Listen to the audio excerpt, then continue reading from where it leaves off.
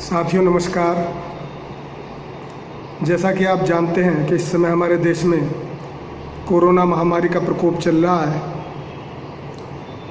और इस महामारी का प्रभाव हमारी जीवन शैली में बहुत ज़्यादा हमें प्रभावित कर रहा है।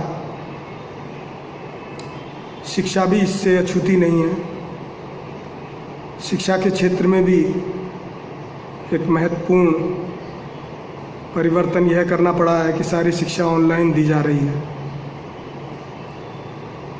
छात्रों का स्कूल आना संभव ही नहीं हो रहा इस महामारी के कारण। तो साथियों, संगीत भी एक महत्वपूर्ण विषय है हमारी ज़िंदगी का। संगीत के बिना जीवन नीरस हो जाता है। संगीत को भी सीखना बहुत आवश्यक है। तो मैं संगीत की शिक्षा के लिए भी ये प्रथम प्रयास कर रहा हूँ कि ऑनलाइन आपको संगीत की शिक्षा दे सकूँ। कोई गलती हो जाए तो माफ़ कीजिएगा। आइए सुनते हैं और समझते हैं कि संगीत क्या है। दोस्तों, किसी भी बात को जब हम साधारण तरीके से कहते हैं तो उसमें सिर्फ अपनी बात को हम प्रस्तुत करते हैं इस तरह से कि वो हमारे कंटेंट को समझ जाए। लेकिन हम किसी बात को बहुत सजा के संवेदनाओं के साथ कहना चाहें तो उसके लिए हमें संगीत की आवश्यकता पड़ती है। मान लीजिए गायत्री मंत्र है। मुझे आपको सीधे सीधे बताना है कि गायत्री मंत्र ये है, तो मैं आपको बताऊंगा ओम भूर्भुवस्सुवः तत्सवितुर्वरेण्यं भर्गो देवस्य धीमहि धियो यो नः प्रचोदयात्। लेकिन मैं आपको गायत्री मंत्र की संवेदना से परिचित कराना चाहूँ तो फिर मुझे उसे आपको गा के सुनाना पड़ेगा और आप आश्चर्यचकित रह जाएंगे कि वास्तव में गाने से कितनी सुंदरता आ जाती है। ओम भूर्भुवस्सुवः तत्सवितुर्वरेण्यं भर्गो देवस्य धीमहि धियो यो नः प्रचोदयात्। ओम भूर्भुवस्सुवः तत्सवितुर्वरेण्यं भर्गो देवस्य धीमहि धियो यो नः प्रचोदयात्। तो इस तरह आपने देखा कि संगीत से किसी भी अपनी बात को हम बहुत अच्छे संवेदनशील तरीके से और एक सजावट के साथ प्रस्तुत कर सकते हैं। अब इस संगीत को गाने और बजाने के लिए इसकी क्या मुख्य बातें हैं, क्या प्रारंभिक बातें हैं, क्या बेसिक नीड्स हैं, क्या बेसिक नॉलेज है, उसको जानना बहुत ज़रूरी है। तो इसके लिए सबसे पहले संगीत में जिस चीज़ का मुख्य रूप से प्रयोग होता है वो है स्वर। इंग्लिश में इन्हें कहते हैं नोट्स, म्यूज़िकल नोट्स। हिंदी में संगीत के स्वर। ये क्या हैं और कहाँ पे हैं? तो संगीत के जो स्वर हैं वो दो प्रकार के होते हैं। पहले होते हैं शुद्ध स्वर और दूसरे विशुद्ध स्वर। उन्हें इंग्लिश में कहते हैं कंप्लीट नोट्स और इनकम्प्लीट नोट्स। तो ये आप हारमोनियम का कीबोर्ड देख रहे हैं। इसी तरह के सारे कीबोर्ड होते हैं। किसी कंपनी को, कैशियो का हो, यामा का हो, जो म्यूज़िकल कीबोर्ड होगा वो सब एक ही तरह के होते हैं, इसी तरह के। पियानो भी हमारा इसी तरह का होता है। तो इस कीबोर्ड में आप देख रहे हैं दो तरह के स्वर हैं, एक है वाइट और एक है ब्लैक। तो ये उसी को प्रतिनिधित्व इनका करते हैं। वाइट नोट्स हैं कंप्लीट नोट्स और ब्लैक नोट्स हैं इनकम्प्लीट नोट्स। वाइट नोट्स कौन कौन से हैं? सबसे पहले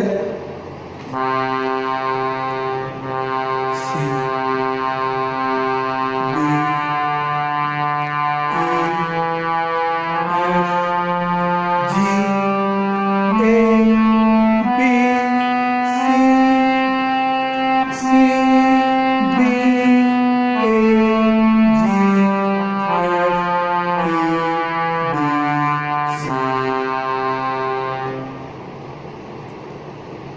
ये कंप्लीट नोट्स हैं। इनके बाद जो ये ब्लैक नोट्स हैं ये इनके बीच बीच में हैं, इनको इनकम्प्लीट नोट कहते हैं। और वो इनकम्प्लीट नोट किस लिए कहते हैं वो मैं आपको बताता हूँ रीज़न। सबसे पहले आता है सी। सी के बाद ये ब्लैक नोट है, ये सी से थोड़ा तीखा है, और इससे जो नेक्स्ट डी कंप्लीट नोट है उससे कम है, तो इसको इसलिए सी शार्प कहते हैं क्योंकि सी से थोड़ा तीखा है। और डी तो कंप्लीट नोट है ही आगे, तो ये सी शार्प है, फर्स्ट इनकम्प्लीट नोट। इसके बाद डी कंप्लीट नोट है। इसके बाद जो ये नोट है इसके आगे ई है कंप्लीट नोट, उस कंप्लीट नोट से थोड़ा कम बोलता है, इसका थोड़ा कम प्रभाव है, इसलिए इसको ई फ्लैट कहते हैं। फिर है एफ, ई, फिर एफ, ई फ्लैट के बाद ई कंप्लीट नोट, फिर एफ। एफ के बाद जो नोट है वो उसको एफ शार्प कहते हैं क्योंकि इसकी आवाज़ एफ से थोड़ी तीखी है। फिर एफ के बाद आता है जी, कंप्लीट नोट है ये। इसके बाद जी के बाद इनकम्प्लीट नोट आता है, इसको कहते हैं ए फ्लैट क्योंकि इसके आगे ए फ्लैट है और ए फ्लैट ए से इसकी आवाज़ थोड़ी कम है। उसके बाद ए कंप्लीट नोट है। उसके बाद आता है बी फ्लैट क्योंकि इससे आगे बी फ्लैट से आगे बी है कंप्लीट नोट, उससे इसकी आवाज़ थोड़ी कम है। तो इस तरह हमारे 7 तो कंप्लीट नोट हैं और 5 इनकम्प्लीट नोट हैं जो दो तरह के हैं, शार्प और फ्लैट। शार्प है हमारे सी शार्प और एफ शार्प, और फ्लैट है हमारे ई फ्लैट, ए फ्लैट और बी फ्लैट। अभी हमारे 7 कंप्लीट नोट और 5 इनकम्प्लीट नोट, ये टोटल हो गए 12। और इनकी सीक्वेंस हर एक इंस्ट्रूमेंट में और गले में भी इसी तरह से है। किस तरह? पहले C, C sharp, D, E flat, E, F, F sharp, G, A flat, A, B flat, B and then सी।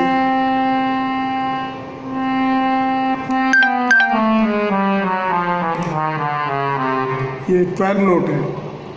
यही पोजीशन इनकी गले में है और यही इनकी हर एक इंस्ट्रूमेंट में होती है। अब आपने ये देखा कि 7 और 5 को मिला के यहाँ तक ये 12 नोट हो गए।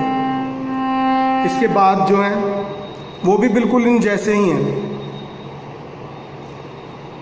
आप यहाँ से यहाँ तक सी आ गया, फिर यहाँ से सी, ये फिर सी, डी, ई, एफ, जी, ए, बी, सी, फिर इससे आगे सी, डी, ई, एफ, जी, ए, बी, सी। इस तरह आप ये देखेंगे कि जो हारमोनियम है इसमें 3 समूह हैं। इन समूहों को कहते हैं ऑक्टेव, यानी 3 सप्तक। भारतीय शास्त्रीय संगीत में कहते हैं सप्तक। ये जो 7 सुरों का समूह है इसको कहते हैं सप्तक।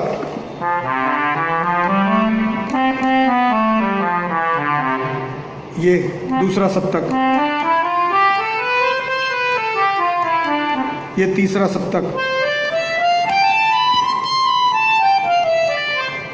ये 3 सप्तक हैं और इंग्लिश में इनको कहते हैं ऑक्टेव। पहला वाला इसकी स्थिति के अनुसार लो ऑक्टेव, यहाँ से यहाँ तक, यहाँ से यहाँ तक मिडिल ऑक्टेव और यहाँ से आगे हाई ऑक्टेव। और इनकी पहचान के लिए क्या करते हैं कि अगर आपसे कहा जाए कि सी बजाओ तो आप तो कंफ्यूज हो जाएंगे, सी कौन सा बजाएं, इसमें तो 3 सी हैं, एक लो ऑक्टेव का, एक मिडिल ऑक्टेव का, एक हाई ऑक्टेव का।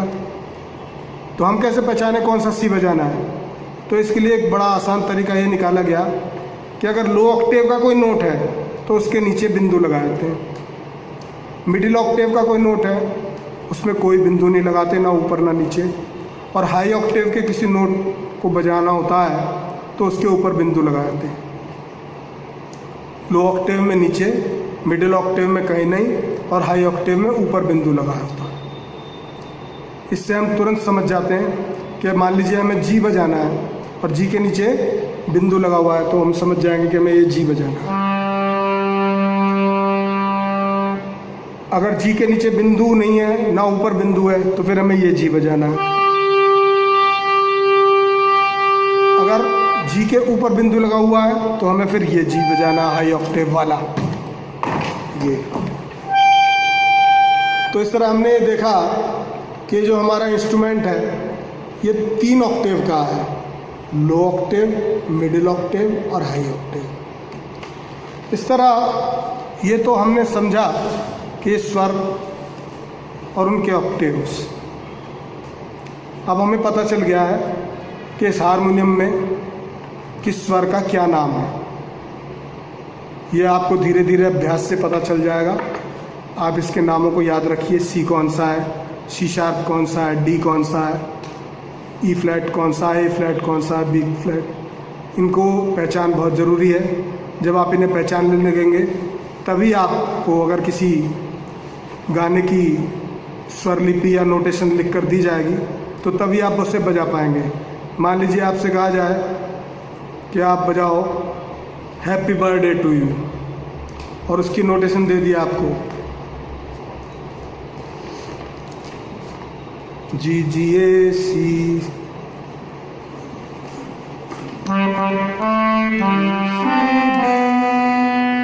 जी G A G D C, G G G E C B A, F F E C D C. मैंने तो सिर्फ आपको ये बता दिया कि आपको ये नोट्स बजाने हैं। जी को कितने बार, जी G A G C B. अब आपको ये देखना, आपको अगर पता है इस कीबोर्ड में कि जी सी ये सब कहाँ पे हैं तो आप उसे बिना किसी रुकावट के बजा देंगे। मैंने पहली लाइन बजाई जी G A G C B, तो जी है ये, G G A G C B, G G A G D C, G G G E C B F F E C D C. तो इसलिए आपको keyboard के स्वरों को पहचानना बहुत आवश्यक है। सी कौन सा है, डी कौन सा है, ई कौन सा है, एफ कौन सा है, तभी आप किसी गाने की नोटेशन प्राप्त करके उसे उस अपने इंस्ट्रूमेंट पे बजा सकेंगे। अब बजाने के लिए हमें दूसरी जो आवश्यकता है वो है अपनी फिंगर्स के तालमेल की, क्योंकि इंस्ट्रूमेंट तो फिंगर से बजेगा। फिंगर्स की और इस इंस्ट्रूमेंट की दोस्ती हो जाएगी तभी ये अच्छे तरीके से काम कर पाएंगे। और इस दोस्ती के लिए इनको आप बहुत दिनों तक साथ साथ रहना, साथ साथ चलना बहुत आवश्यक है। उसके लिए कुछ एक्सरसाइजेज हैं। उनमें सबसे पहली एक्सरसाइज है एक्सरसाइज 1। इन सभी स्वरों को उन्हीं निर्धारित उंगली से बजाना है जिससे मैं बता रहा हूँ। अगर आप उस उंगली से नहीं बजाएंगे तो आपकी उंगलियां एक दूसरे का रास्ता रोकेंगी और आप ठीक से गति के साथ किसी गाने को नहीं बजा सकेंगे। तो पहला स्वर है सी, इसको बजाना है थंब से। दूसरा स्वर है डी, इसको बजाना फर्स्ट फिंगर से। तीसरा स्वर है ई, इसको सेकंड फिंगर से। चौथा स्वर है एफ, इसको फिर थंब से। पांचवा स्वर है जी, इसको फर्स्ट फिंगर से। छठा स्वर है ए, इसको सेकंड फिंगर से। सातवां स्वर है बी, इसको थर्ड फिंगर से। और अगर हमें आगे जाना है तो उसके लिए फिर हमें थंब से बजाना पड़ेगा अगले ऑक्टेव का सी। और अगर हमें यहीं तक जाना है तो हमें फोर्थ फिंगर से बजाना पड़ेगा। अब आप देखिए धीरे धीरे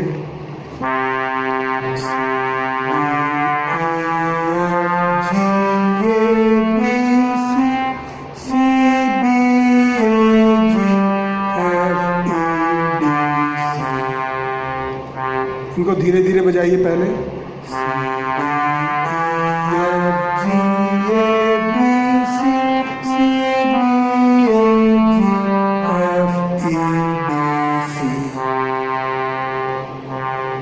फिर इन्हें तेजी से बजाइए।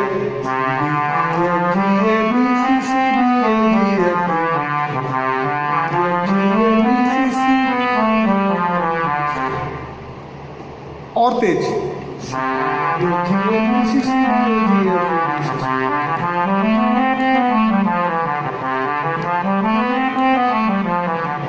जितना आप कर सकते हैं, हर एक की क्षमता है। जितना आप तेज़ी से बजाना शुरू कर देंगे, सीख लेंगे, उतना ही आपको भविष्य में बड़ी आसानी होगी किसी भी गाने को बहुत कुशलता के साथ बजाने में। ये तो थी हमारी एक्सरसाइज 1। अब इस एक्सरसाइज के हमने 4 पार्ट किए हैं ताकि हम हर एक स्वर को, अगर हमें उसे दोबारा या तिबारा भी, तीसरी बार भी बजाना पड़े एक ही स्वर को, तो हम उसे अच्छी तरह से बजाना समझ सकें। इसमें एक्सरसाइज 1A, 1B, 1C और 1D, इस तरह 4 एक्सरसाइज इसकी बनाई हुई हैं हमने। 1A में 2 टाइम बजाना,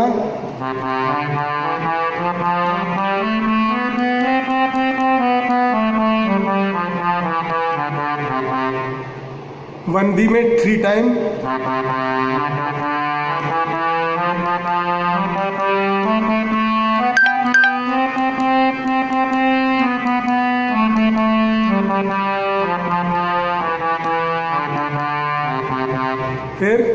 1C में 4 टाइम,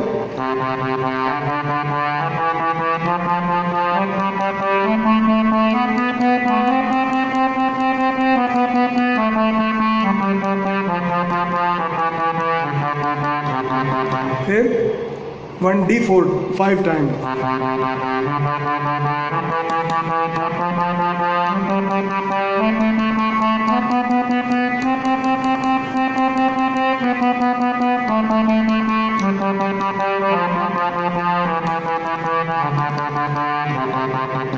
इस तरह ये हमारी एक्सरसाइज 1 है। इसे हमें जो भी हमारा इंस्ट्रूमेंट हो उसी पे बजाना है। मान लीजिए हमारा इंस्ट्रूमेंट है बांसुरी, फ्लूट, तो उस पर भी हमें इसको इस तरह बजाना है। बांसुरी में ये 6 छेद हैं, इनको पहले 3 होल बंद कर लीजिए और एक स्थायी रूप से फूंक मारिए, ना ज़्यादा ना कम, एक ही फ्लो होना चाहिए। This is C. फिर एक उंगली उठा लीजिए, दिस इज डी। फिर एक और उंगली उठा लीजिए, ये ई। हल्की सी उंगली खोलनी है, एफ। 6 की 6 होल बंद कर देने हैं, जी। ए, नीचे का एक होल खोलना है, ए। फिर दूसरा होल खोलना है, बी। तीसरा होल खोलना है, सी।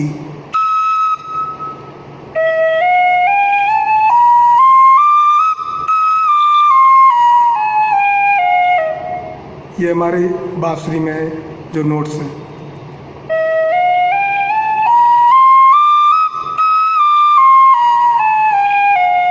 इन्हीं में भी वही अभ्यास करना।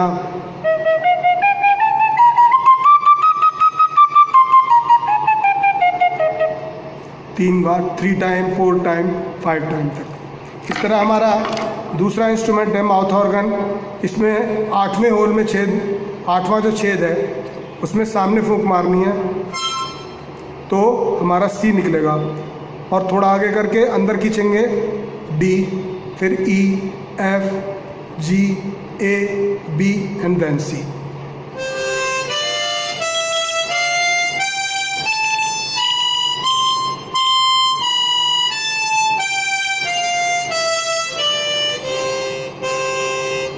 इनको भी exercise 1A, 1B, 1C, D।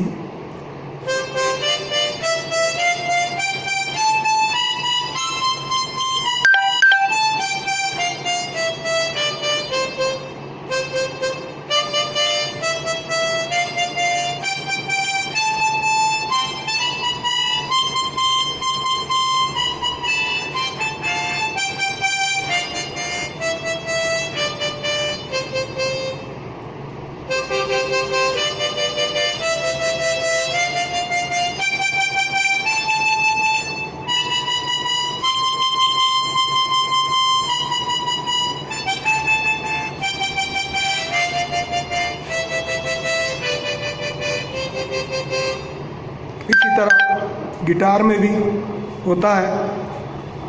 Next video में जब आपके पास भेजूँगा उसमें गिटार के बारे में बताऊँगा कि गिटार में भी ये स्वर कहाँ पे होते हैं। तो तब तक के लिए नमस्कार।